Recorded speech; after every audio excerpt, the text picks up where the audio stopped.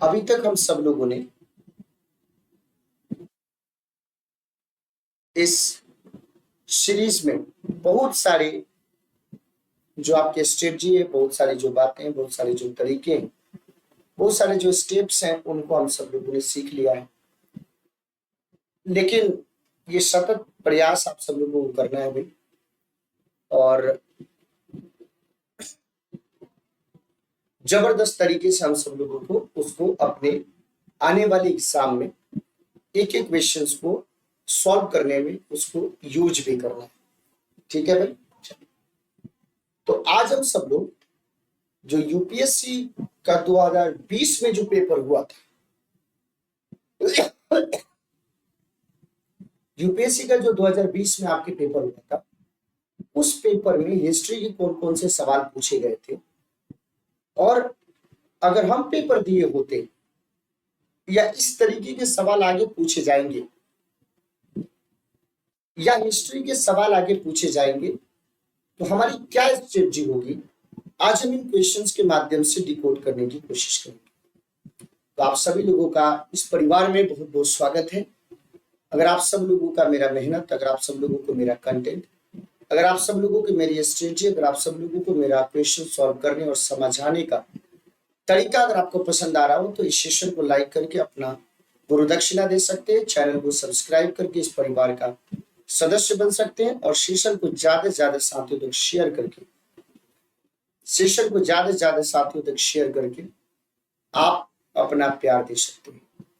तो चलिए 2020 में जो हिस्ट्री के क्वेश्चंस आपके पूछे गए, उसमें पहला सवाल ये देखते हैं कि क्या क्या सवाल आपके पूछे गए थे, उसके बाद हम आगे की ओर बढ़ेंगे।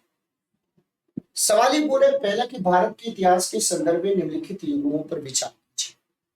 अलग अलग आपके स्टेटमेंट दिया गया है, उन स्टेटमेंट्स के ऊपर आपको विचार करना है भारत के इतिहास के संदर्भ में, और बताना है कि कौन से युग में आपके सही सुमेलित थे।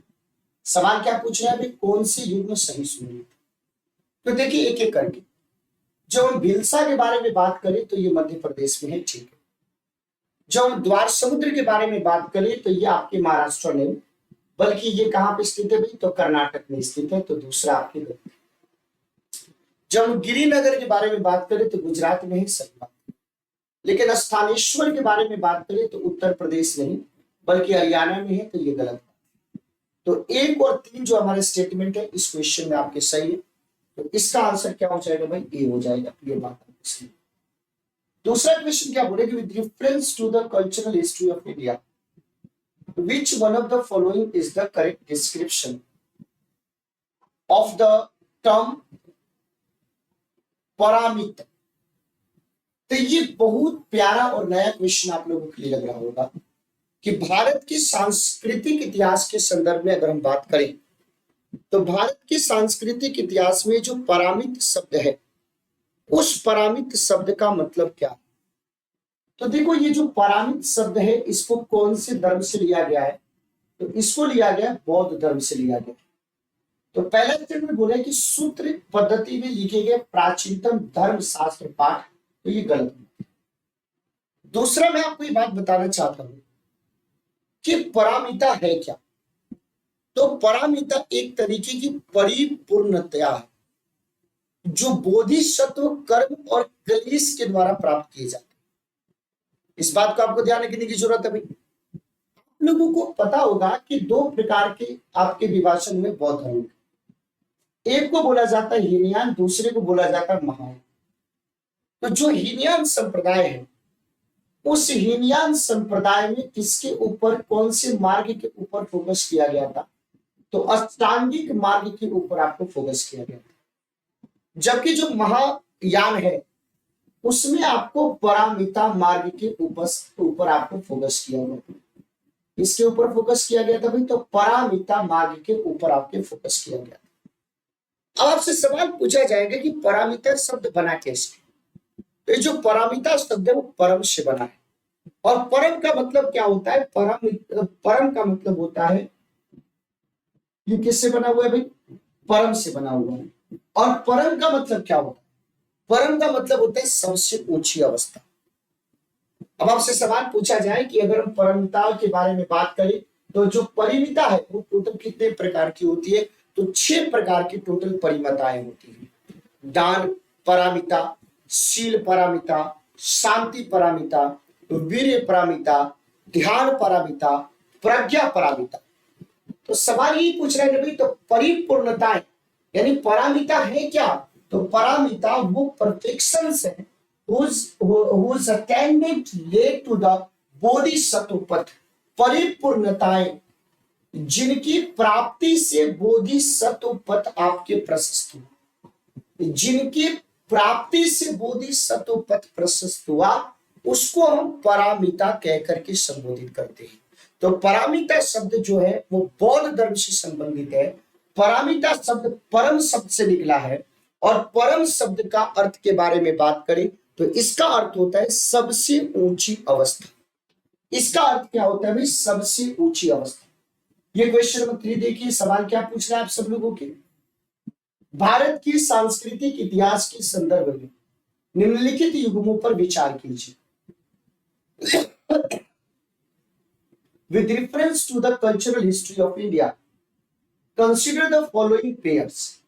भारत के सांस्कृतिक इतिहास के संदर्भ में निम्नलिखित युग्मों पर विचार कीजिए।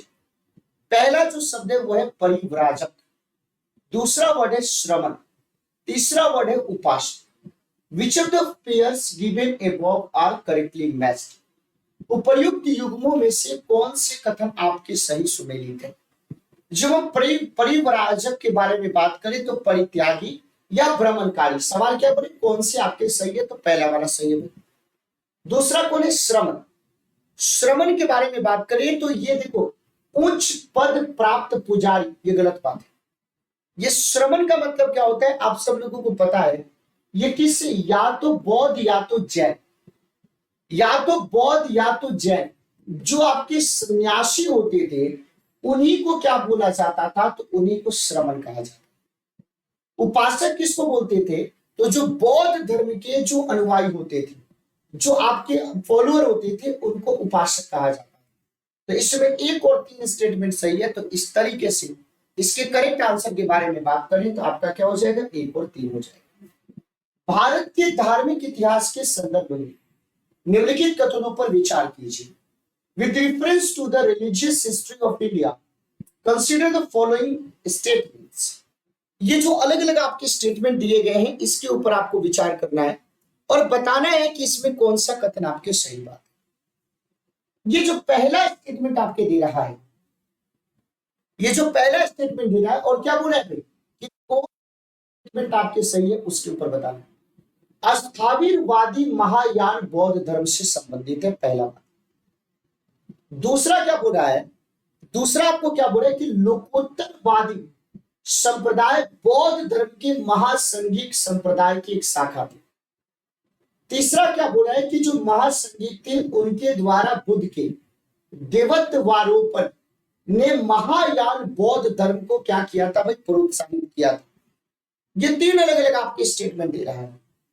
तो सबसे पहले मैं आप सब लोगों को एक बात बताना चाहता हूं कि अगर हम एक परिकल्पना के बारे में बात करें, वो परिकल्पना क्या है? लोकोत्तरवाद।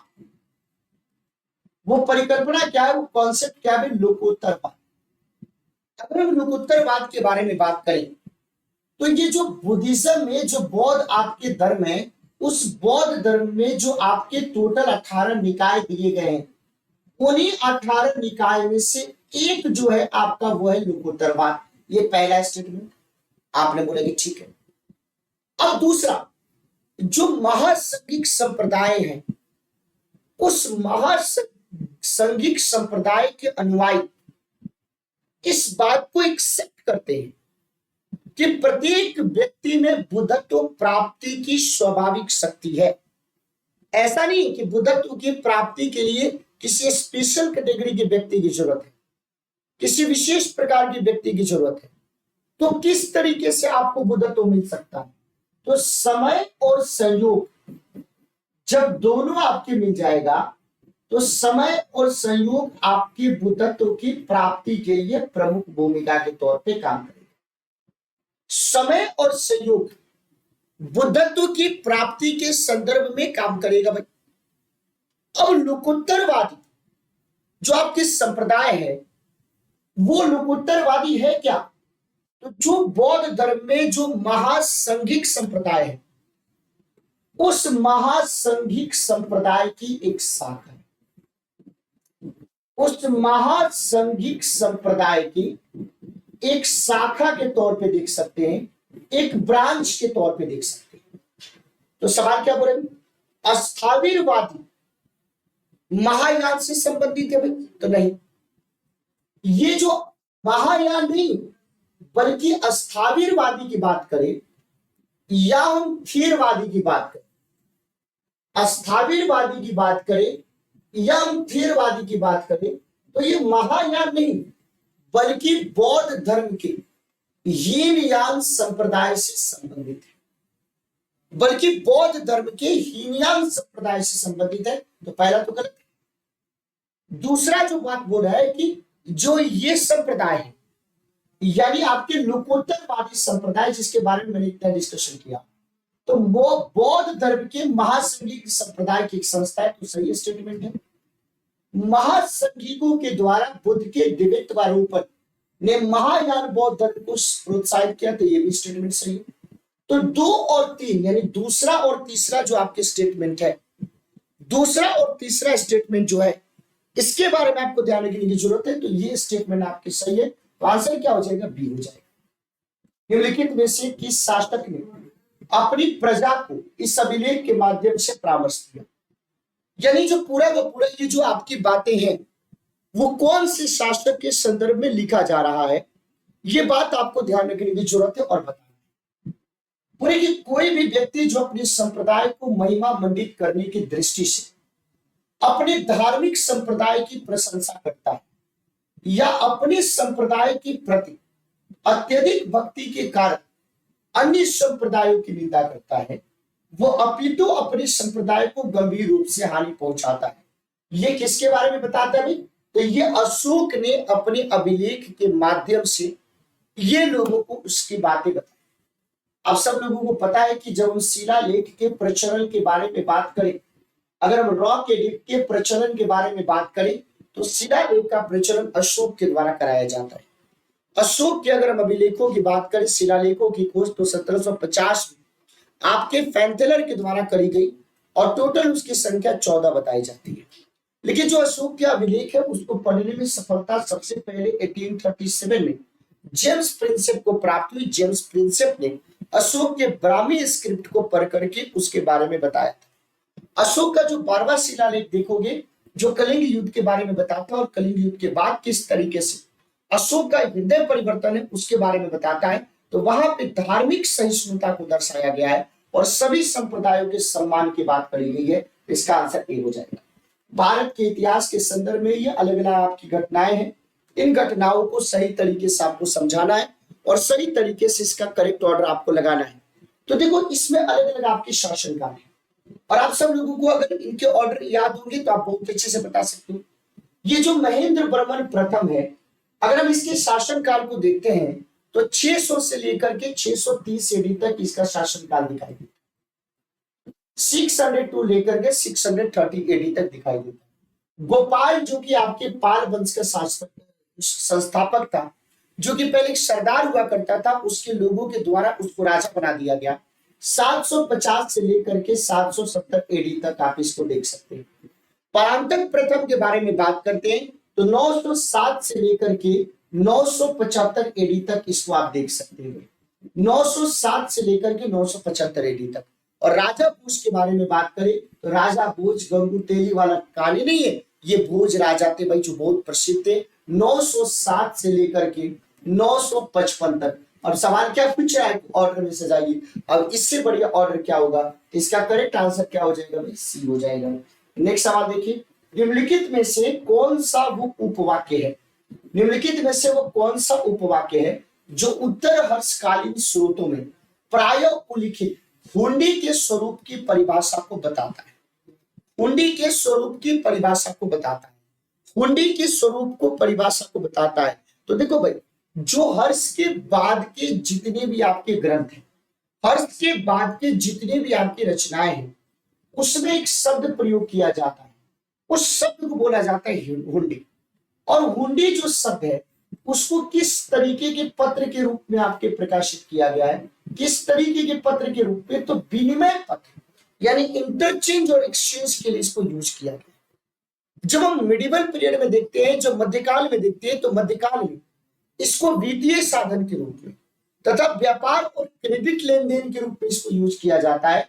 तो ये किसके तौर पे भाई, ए बिल ऑफ एक्सचेंज, विनिमय पत्र के तौर पे इसका प्रयोग किया जाता है। प्राचीन भारतीय गुप्त राजवंश के समय, प्राचीन भारतीय गुप्त राजवंश के समय के संदर्भ में नगर घंटाशाला, कौन कौन सा शब्द है भाई, तो एक शब्द है जिसको हम लोग बोलते हैं नगर घंटाशाला, दूसरा जो शब्द है उसको हम लोग बोलते हैं कदूरा, तीसरा शब्द है उसको हम लोग बोलते हैं चौल। ये तीन अलग अलग आपके शब्द हैं, ये तीन अलग अलग शब्द है। एक है नगर घंटाशाला, दूसरा है कदूरा, और तीसरा कौन सा है, चौल। अभी बताया जा रहा है कि प्राचीन भारतीय गुप्त राजवंश के समय के संदर्भ में ये तीनों वर्ड जो आपको दिखाई दे रहा है, नगर घंटाशाला, दूसरा वर्ड जो दिखाई दे रहा है कदूरा, तीसरा जो वर्ड दिख रहा है चौल, ये किसके लिए विख्यात, with reference to the period of Gupta dynasty in ancient India, the town Ghantasala, Kadura, and Chaul were well known as ports handling foreign trade, विदेशी व्यापार करने वाले बंदरगाह, कैपिटल्स ऑफ पावरफुल किंगडम्स, शक्तिशाली राज्यों की राजधानियां, places of exquisite stone art and architecture, उत्कृष्ट प्रस्तर कला तथा स्थापत्य से संबंधित स्थान, इंपॉर्टेंट बुद्धिस्ट पिलग्रिमेज सेंटर्स, बौद्ध धर्म के महत्वपूर्ण तीर्थ स्थल। तो किससे संबंधित है, अगर आपसे सवाल पूछा जाए तो इस प्रकार के शब्दों के बारे में अगर हम बात करें, तो जो गुप्त काल था, उस गुप्त पीरियड में जो इंटरनेशनल ट्रेड था, अंतरराष्ट्रीय व्यापार था, वो बहुत ही प्रचलन में था। और ये इंटरनेशनल ट्रेड कैसे होता था, तो उस समय तो रेलवे रूट था नहीं, उस समय तो रोड रूट था नहीं, उस समय तो हवाई रूट था नहीं, और रोड रूट भी उस तरीके का नहीं था। तो किसके माध्यम से होता था, तो सीपोर्ट के माध्यम से होता था, बंदरगाहों के माध्यम से होता था। तो ये जितने भी नाम आपको मैं बता रहा हूं, ये तो मैं एक घंटाशाला, कदूरा और चौल, ये तो तीन नाम है। लेकिन माली के बारे में बात करें, फिर किसके बारे में बात करें, कल्याण के बारे में बात करें, फिर किसके बारे में बात करें, कल्याण के बारे में बात करें, फिर किसके बारे में बात करें, तो आपकी सीधे तौर पे ब्रेगू कच्छ के बारे में बात करें, तो ये सारे के सारे किसके नाम है भाई, तो ये सब के सब आपके बंदरगाह के नाम है। तो विदेशी व्यापार करने वाले ये सारे के सारे क्या थे भाई, बंदरगाह थे, और इन बंदरगाहों को इसी नाम से जाना जाता था। तो इसका करेक्ट आंसर क्या हो जाएगा, ए हो जाएगा। प्राचीन भारत के विद्वानों, प्राचीन भारत के विद्वानों, साहित्यकारों के संदर्भ में निम्नलिखित कथनों पर विचार कीजिए। प्राचीन भारत के विद्वानों, प्राचीन भारत के साहित्यकारों के संदर्भ में निम्नलिखित कथनों पर विचार कीजिए। With reference to the scholars, literatures of ancient India, consider the following statements. Panini is associated with Pushyamitra सूंग, Panini Pushyamitra सूंग से संबंधित है। Amar Singh is associated with Harshavardhan, Kalidas is associated with Chandragupta second. अब इससे आसान क्वेश्चन कुछ नहीं हो सकता। कौन किसके दरबार से संबंधित है, आप जरूर बता सकते हैं। अब देखो एक एक करके बात, जो पाणिनि थे वो पुष्यमित्र सूंग से संबंधित है। तो पाणिनि 400 बीसी के बारे में बात करें तो वो संस्कृत भाषा के बहुत ही बड़े आपके मतलब क्या थे, व्याकरणविद थे।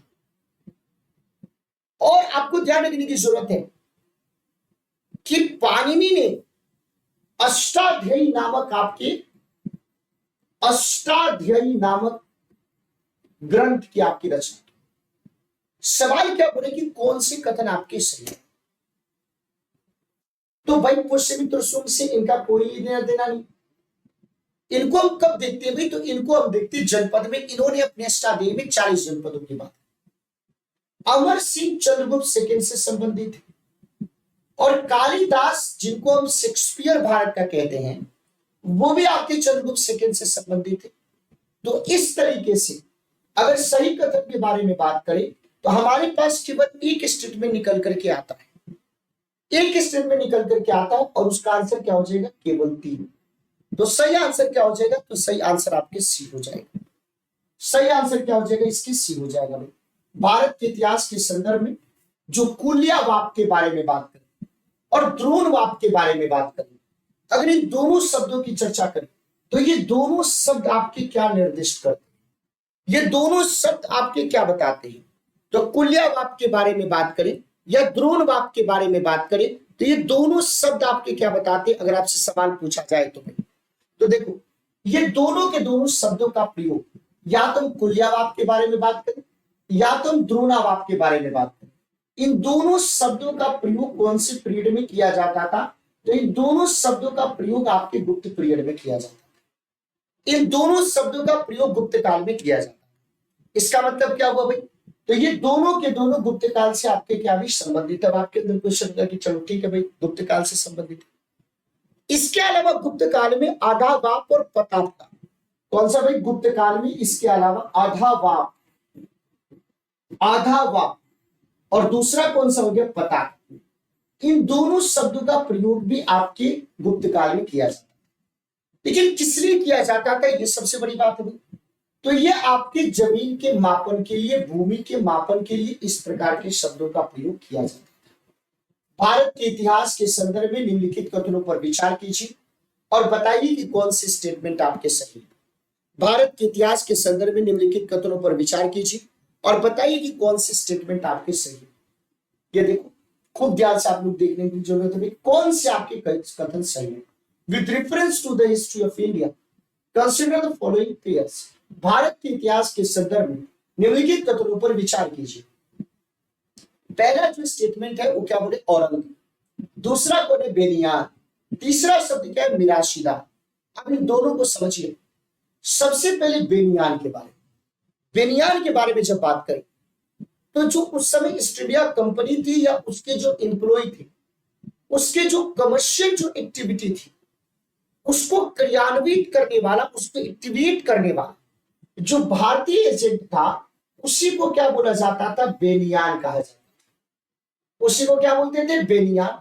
तो बेनियान क्या भाई, तो ईस्ट इंडिया कंपनी का जो भारतीय एजेंट होता था उसी को हम क्या कहते थे भाई, उसी को हम बेनियान कहते थे। अब आपके अंदर क्वेश्चन है कि चलो ठीक है भाई, और दूसरा शब्द क्या आ जाता है, उसको बोलते हैं मिराशीदार। अब मिराशीदार के बारे में बात करें तो चलो ठीक है सर, कहीं में भी कोई दिक्कत की बात नहीं। एंशिएंट टाइम में जब आप साउथ इंडिया में जाते हैं जहां पे बहुत ही ज्यादा आपके एग्रीकल्चरल प्रोडक्शन आपके होता था, वहां पे जो रहने वाले जो विलामा और ब्राह्मण की स्थिति थी वो लगभग समान थी। तो साउथ इंडिया में जो विलामा और जो आपके ब्राह्मण होते थे, दक्षिण भारत में जो आपके विलामा और जो ब्राह्मण होते थे, इनकी स्थिति लगभग आपके समान बताई जाती है। और ये अपने आप को क्या कहकर के संबोधित करते थे, तो ये अपने आप को मिरासीदार कहकर के संबोधित करते, ये अपने आप को क्या कहकर के संबोधित करते थे, तो मिरासीदार कहकर के संबोधित। अब बात यह है कि औरंग क्या है। तो औरंग के बारे में बात करें तो औरंग एक फारसी शब्द है। और औरंग क्या होता है, तो औरंग एक तरीके का गोदाम होता है। औरंग क्या भाई, तो ये एक तरीके का फारसी शब्द है। और ये किस लिए यूज होता है भाई, तो ये क्या होता है, तो ये एक तरीके का गोदाम होता है, ये एक तरीके का गोडाउन होता है। और जहां वस्तु, तो गोडाउन कैसा होता है, तो जहां पे वस्तुएं बिक्री से पूर्व आपकी रखी जाती है, जहां पे वस्तुएं बिक्री से पूर्व रखी जाती है, यानी बेचने से पहले जहां पे आपको वस्तुएं रखी जाती है उसको बोलते औरंग। यानी यहाँ पे सही था, बेनियान यहाँ पे सही था। और राज्य का नामित राजस्व दाता मिरासीदार यहाँ पे सही था। और यही जब क्वेश्चन आपके 2020 में पूछ दिया गया था तो सारे लोग किताब से लेकर के, कॉपी से लेकर के, पेज से लेकर के पन्ना तक सब पलट दिया था, लेकिन कहीं पे कुछ नहीं मिला था। और पहली बार मैंने इसको सही डिस्कशन किया था। भारतीय इतिहास के संदर्भ में 1884 का जो रखमाबाई मुकदमा है वो किस पर आपके सेंटर्ड है, किस पे आपके केंद्रित है, अगर आपसे सवाल पूछा जाए तो रखमाबाई मुकदमा। तो देखो, रखमाबाई मुकदमा के बारे में बात करें तो 1884 का, 1884 का ये जो रखमाबाई मुकदमा है बहुत ही ज्यादा प्रसिद्ध है।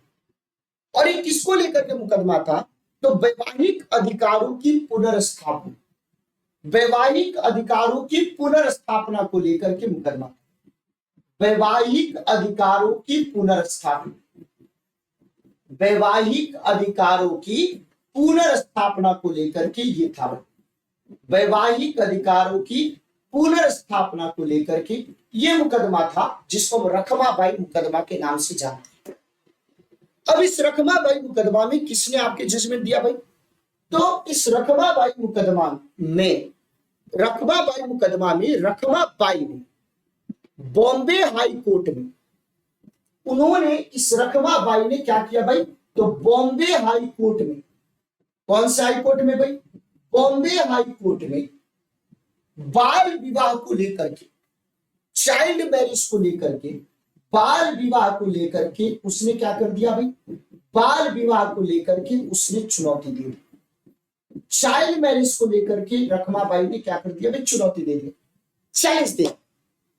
इसके बाद 19 मार्च 1891 ब्रिटिश भारत एक कानून लेकर के आई, जिसको एज ऑफ कंसेंट एक्ट कहा जाता है। 1891 में एज ऑफ कंसेंट एक्ट के नाम से, एज ऑफ कंसेंट एक्ट के नाम से बहुत ही प्रसिद्ध, एज ऑफ कंसेंट एक्ट के नाम से प्रसिद्ध ब्रिटिश सरकार के द्वारा एक कानून लेकर के आए थे। और इस एज ऑफ कंसेंट एक्ट 1891 में क्या था कि शारीरिक संबंधों के लिए अगर फिजिकल रिलेशन स्टैब्लिश करना है तो उसके लिए जो शादीशुदा है और जो गैर शादीशुदा महिलाओं की सहमति की उम्र जो है वो 10 साल से बढ़ा करके 12 साल कर दिया है। तो एज आपके फिजिकल रिलेशन के लिए कितना कर दिया गया भाई? तो 10 साल से बढ़ा करके 12 साल आपके कर दिया गया था, जिसको एज ऑफ कंसेंट एक्ट के नाम से जानते हैं। और इसके लिए रखमाबाई मुकदमा ये बहुत ही ज्यादा आपके प्रसिद्ध है। तो इस तरीके से महिलाओं का शिक्षा पाने का अधिकार गलत है, एज ऑफ कंसेंट सही है।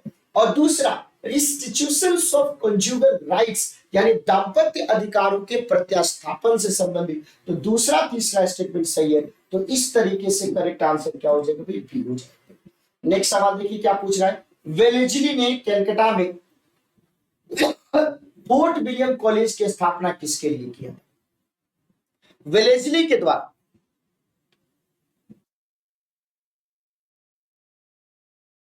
वेलेजली के द्वारा आपको ध्यान रखने की जरूरत है कि कलकत्ता में ये जो फोर्ट विलियम कॉलेज जिसने स्टैब्लिश किया था वो किसके लिए स्टैब्लिश किया था? तो जब फोर्ट विलियम कॉलेज के बारे में बात करें तो 10 जुलाई 1800, 10 जुलाई 1800 को वेलेजली के द्वारा हुगली नदी के पूर्व तट पर, कौन से नदी के? हुगली नदी के पूर्व तट पर, हुगली नदी के पूर्व तट पर, हुगली नदी के ईस्टर्न कोस्ट पर ये कलकत्ता में फोर्ट विलियम कॉलेज की स्थापना वेलेजली के द्वारा कराई गई थी। तो सवाल ये पूछ रहा है कि इस वेलेजली के कलकत्ता में इस फोर्ट विलियम कॉलेज की स्थापना के पीछे मेन मकसद क्या है? तो इसका उद्देश्य क्या था कि जितने भी आपके अधिकारी जो ब्रिटेन से यहां पे आते थे तो उन ब्रिटिश ऑफिसर्स को एडमिनिस्ट्रेटिव आपकी सुलभता के लिए जो यहाँ के लोकल लैंग्वेजेस हैं, जो भारत की ज्ञान मीमांसा है, जो यहाँ की ग्रामर है, जो यहाँ की कल्चर है, जो यहाँ की रिलीजियस नॉलेज है, उनका प्रशिक्षण प्रदान करना, इसके बारे में आपको ध्यान रखने की जरूरत है। इसके लिए स्थापना किया गया। तो फोर्ट विलियम कॉलेज जो है किसके लिए भाई? तो ब्रिटिश ऑफिसर्स के लिए, ब्रिटिश ऑफिसर्स को भारतीय मामलों के ट्रेनिंग देने के लिए, जो इंडियन आपकी मतलब अफेयर है, जो इंडियन इश्यूज आपकी चीजें है उसको लेकर के। तो लंदन में स्थित बोर्ड ऑफ डायरेक्टर्स ने ऐसा करने के लिए कहा था, बिल्कुल गलत बात। भारत में प्राच्य ज्ञान के प्रति अभिरुचि पुनर्जागृत करना चाहता था, गलत बात। वो विलियम कैरी और उसके सहयोगियों को रोजगार प्रदान करना चाहता था, गलत बात है। वो ब्रिटिश नागरिकों को भारत में प्रशासन हेतु प्रशिक्षण करना चाहता था, इसीलिए उसने स्टैब्लिश किया। और ये सही भी चीज होता है कि अगर आप कहीं पे शासन करने जा रहे हैं तो वहां की चीजों के बारे में आपको बहुत अच्छे से पता होना चाहिए, तभी जाकर के वहां पे आप क्या कर सकते हैं भाई? शासन कर सकते हैं, नहीं तो आपको बहुत ही ज्यादा मुश्किल होती है। तो वेलेजली ने इसी चीज को ध्यान में रख करके इसकी स्थापना की थी। With reference to the history of India, Ulgulan और the great tumult is the description of which of the following events. Bharat के इतिहास के संदर्भ में जो उल गुलान शब्द है, जिसको महान उपद्रव के नाम से जानते हैं, जिसको महान उपद्रव के नाम से जानते हैं, निम्नलिखित में से किस घटना का विवरण था। तो उल गुलान के बारे में अगर हम बात करें तो उल गुलान किससे संबंधित है, अगर आपसे सवाल पूछा जाए तो इससे आसान क्वेश्चन हमें नहीं लगता है कि कुछ हो पाएगा। तो इससे आसान सवाल, तो इसमें ज्यादा समय भी नहीं लगाते। उल गुलान बिरसा मुंडा का विद्रोह है। उल गुलान को हम लोग हिंदी में क्या बोलते हैं, महान हलचल कहते हैं। क्या बोलते हैं भाई, महान हलचल कहते हैं भाई। ये तो सवाल देखिए, निम्नलिखित में से किस कारण से, निम्नलिखित में से किस कारण से भारत में 20वीं शताब्दी के आरंभ में, निम्नलिखित में से किस कारण से भारत में 20वीं शताब्दी के आरंभ में नील की खेती का डिक्लाइन हुआ, नील की खेती का ह्रास हुआ। तो दिक्कत क्या हुआ भाई, देखो पहले भारत के नील का बहुत ही ज्यादा डिमांड था। क्यों? क्योंकि भारत के जो नील का रंग होता था एकदम चटक रंग का होता था। लेकिन जैसे जर्मनी में आपके रासायनिक रंगों का विकास हुआ, वैसे ही आपका धीरे धीरे धीरे धीरे जैसे ब्रिटेन में औद्योगिक क्रांति हुआ, उसके बाद धीरे धीरे भारत की नील की जो डिमांड है वो कम होने लगी। और नील की खेती करने से जो आपके जमीन है वो भी अनुपजाऊ होती रहती थी। तो किसान भी अपने नील की खेती से छुटकारा पाना चाहते थे। और अंग्रेजों की दिक्कत ये हो गई थी कि अंग्रेजों के सामने ये चुनौती थी कि अब तो हमारा नील का पूरा खेती चौपट हो गया। तो यहाँ के किसानों के ऊपर इन्होंने टॉर्चर करना शुरू कर दिया, जिसके कारण आपको ध्यान रखने की जरूरत है कि जिसके संदर्भ में यहाँ पे चंपारण में महात्मा गांधी को बुलाना पड़ा। गांधी जी और चंपारण सत्याग्रह के माध्यम से तिनकटिया व्यवस्था को समाप्त करके चंपारण के नील के किसानों को उन्होंने हक और अधिकार दिलाया। तो नई खोजों के कारण जर्मनी में नए आपके रंग के विकास के कारण विश्व बाजार में इसका अलाभ कर होना इसको आपके बाहर कर देता है। गांधी इरविन पैक्ट जो 5 मार्च 1931 को सविनय अवज्ञा आंदोलन को समाप्त करने को लेकर के भारत के वायसराय और उस समय भारत के जो आपके सबसे बड़े नेता थे जिनका नाम था महात्मा गांधी, उन दोनों के बीच में आपके समझौता हुआ। लेकिन इस समझौता में क्या था, तो मोटे तौर पे इस बात को समझ लीजिए कि गांधी जी ने क्या बोला कि जितने भी वो आपके पॉलिटिकल एक्टिविस्ट, जो प्रिजनर्स जो आपने कैद में डाल रखे, जिनके ऊपर कोई पॉलिटिकल सीरियस चार्जेस नहीं है, तो अगर उनके ऊपर कोई पॉलिटिकल केवल मुकदमा है तो उसको आप छोड़ दीजिए। पहली बात, उसको आप क्या कर दीजिए, छोड़ दीजिए, और मैं सविनय अवज्ञा आंदोलन को वापस ले लूंगा। और इरविन ने क्या बोला कि आप सविनय अवज्ञा आंदोलन को वापस ले लीजिए। लेकिन इस समझौते को लेकर के गांधी जी के ऊपर एक आरोप लगता है। वो आरोप क्या बता रहा है, वो आरोप ये बताता है कि गांधी जी चाहते तो भगत सिंह को बचा सकते थे, लेकिन इन्होंने नहीं बचा पाया। तो ये डिबेट का विषय है, इसके ऊपर हम लोग नहीं पढ़ेंगे। राउंड टेबल कॉन्फ्रेंस में भाग लेने के लिए कांग्रेस को आमंत्रित करना सही बात है, और इसी के अंतर्गत सेकेंड राउंड टेबल कॉन्फ्रेंस में महात्मा गांधी आपके लंदन में गए और वहां पे पार्टिसिपेट किए। तो पहला स्टेटमेंट आपका क्या भी सही। अब दूसरे स्टेटमेंट को देखिए, दूसरा स्टेटमेंट क्या बोला है, इस सविनय अवज्ञा आंदोलन के संबंध में जारी किए गए अध्यादेश को वापस लेना सही बात है। दूसरा स्टेटमेंट में क्या बोला गया था कि आपको वापस लेना पड़ेगा। पुलिस की ज्यादतियों की जांच करनी तो गांधी जी के सुझाव की स्वीकृत थी, ये बात गलत है भाई, इस तरीके का नहीं था। सत्याग्रहियों की जो जब संपत्ति जो जब्त करी गई थी उसको वापस कर देना था। उसके बाद क्या भाई कि है हिंसा पैदा करने में दोषी जिनको न ठहराया वैसे पॉलिटिकल प्रिजनर्स को तत्काल रिहा कर दिया जाए, इसके बारे में। फिर उसके बाद केवल उन्हीं कैदियों की रिहाई जिन पर हिंसा का अभियोग नहीं था, यह भी स्टेटमेंट सही है। तो तीसरा केवल गलत था, उसके बाद सारे के सारे सही है। तो ये आंसर आपका क्या हो जाएगा, निम्नलिखित में से कौन सा कथन औद्योगिक क्रांति के द्वारा 19वीं शताब्दी के पूर्वार्ध में भारत पर पड़े प्रभाव की सही व्याख्या करता है। निम्नलिखित में से कौन सा कथन औद्योगिक क्रांति के द्वारा 19वीं शताब्दी के पूर्वार्ध में भारत पर पड़े प्रभाव की सही व्याख्या करता है। अगर सवाल पूछा जाए कि भारत के ऊपर सबसे बड़ा क्या प्रभाव पड़ा था औद्योगिक क्रांति का, तो देखो भारत के ऊपर सबसे बड़ा प्रभाव यह था कि भारत का जो हैंडक्राफ्ट बिजनेस था वो पूरे तरीके से बर्बाद हो गया, क्योंकि रेडीमेड चीजों के सामने हमारा जो हाथों से बना हुआ जो आपका सामान है, जो वस्तु है, वो टिक नहीं पाया और इस तरीके से समाप्त हो गया। तो आंसर क्या हो जाएगा, ए हो जाएगा। स्वतंत्रता संग्राम के समय लिखी गई सखाराम गणेश देउस्कर की किताब, जिसको हम देशीर कथा के नाम से जानते हैं, उस देशीर कथा के संदर्भ में कौन कौन से स्टेटमेंट आपके सही हैं उसको आपको बताना है भाई, और अच्छे तरीके से देखने की कोशिश करनी। तो कौन कौन से स्टेटमेंट आपके सही है, तो थोड़ा ध्यान रखिए। जो देशीर कथा जो आपके गणेश साखाराम गणेश देउस्कर के द्वारा लिखा गया, it ward against the colonial states hypnotic conquest of mind. इस पुस्तक ने औपनिवेशिक राज्य के द्वारा मस्तिष्क की सम्मोहक विजय के विरुद्ध में चेतावनी दी थी। सही बात। नाटक तथा लोकगीतों को प्रेरित किया स्वदेशी नुक्कड़ नाटक को, यह भी सही बात। लेकिन ये सवाल बोलेंगे देउस्कर के द्वारा जो देश शब्द का प्रयोग किया गया वो बंगाल क्षेत्र के संबंध में किया गया, तो ये आपकी सही बात नहीं है।